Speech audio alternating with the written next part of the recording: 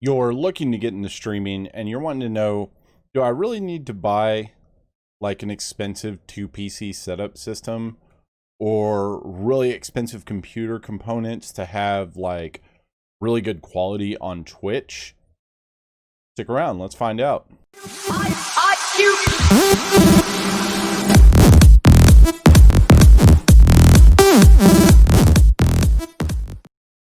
I've been running a new setup for the past couple of weeks where I'm using a 2 PC system to encode my streams.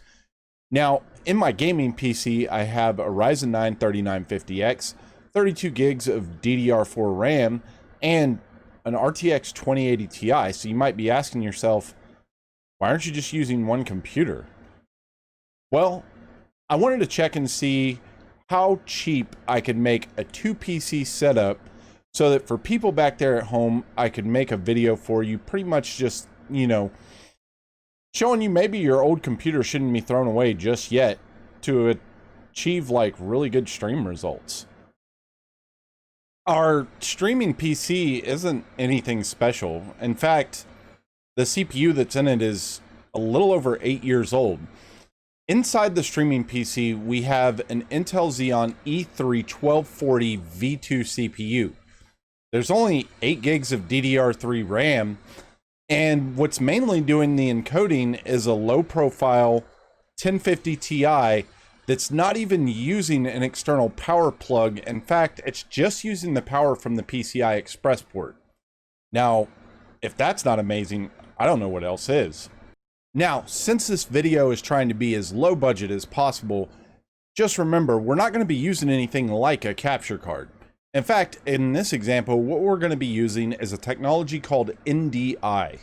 And what NDI does is it uses your existing home network to take your signal from your gaming PC and shift it over to your streaming PC, where your streaming PC does all the work and then sends it out to Twitch.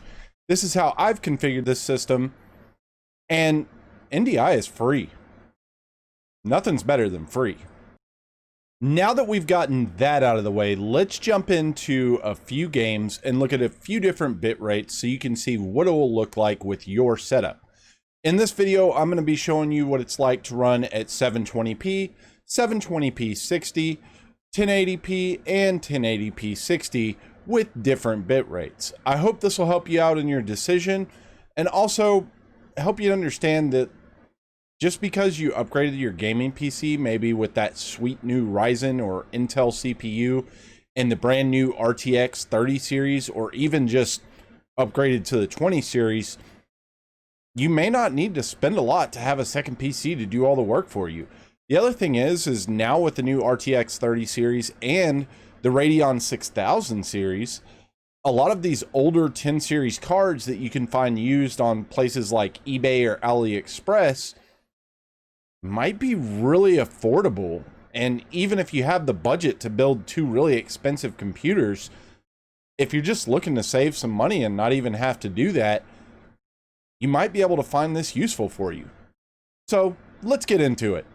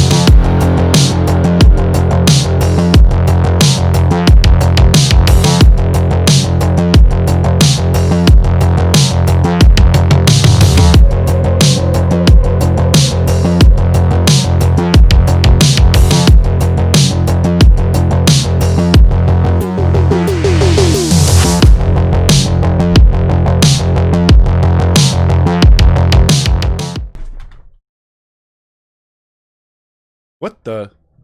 I guess time travel really is possible. I'm in different clothes and it's daylight outside.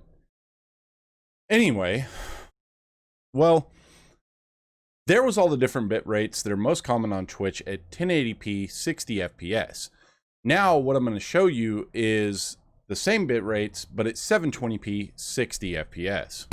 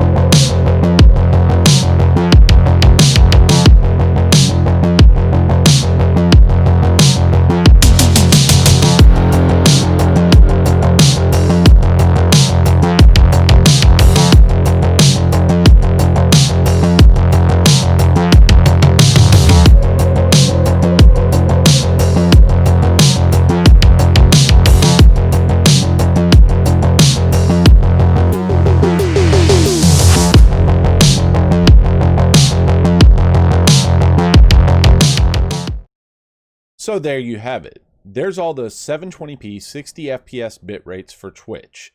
After this, I'm going to go ahead and throw in the recommended 720p and 1080p bit rates for YouTube in case you're thinking about using that platform instead. Here you go.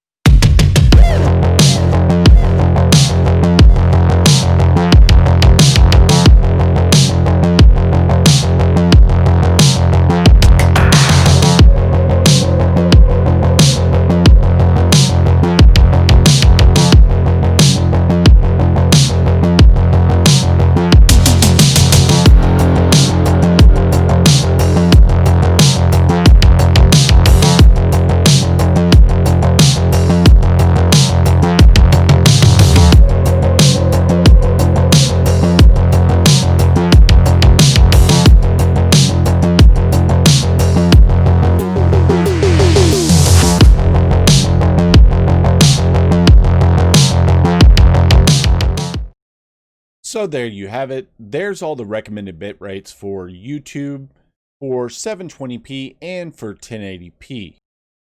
So how much did this total system cost me, you might ask? Well, as you can see here, I got an HP Z220 workstation with the Xeon E3 1240 V2 CPU. It's a quad-core 8-threaded CPU. And as you can see here, similar CPUs go anywhere from as low as $40 for the entire PC, up to as high as almost $150. And for the graphics card, as you can see here, you can get them from around $100 to $150, $160 average. And then I put 2 of these Kingston 240 gig SSDs in it, and then I configured them for RAID 0 so it would double the speed. So as you can see, it's pretty cheap. It looks like it's less than, say, $300 or around $300, about the same you would spend for a capture card. So if you already have a computer with at least a 1050 Ti in it and a CPU that's about 8 years old or newer, then you may not need to buy anything. Just set up NDI and you're good to go. Anyway, that's going to be it for this video. So what bit rates do you use when you stream to Twitch, or what bit rates do you want to use? Are you going to stream to Twitch, or are you going to switch and start streaming to YouTube? Leave a comment down below and let me know. Thanks for watching. Really helps out if you hit that like and subscribe button. Have a good one.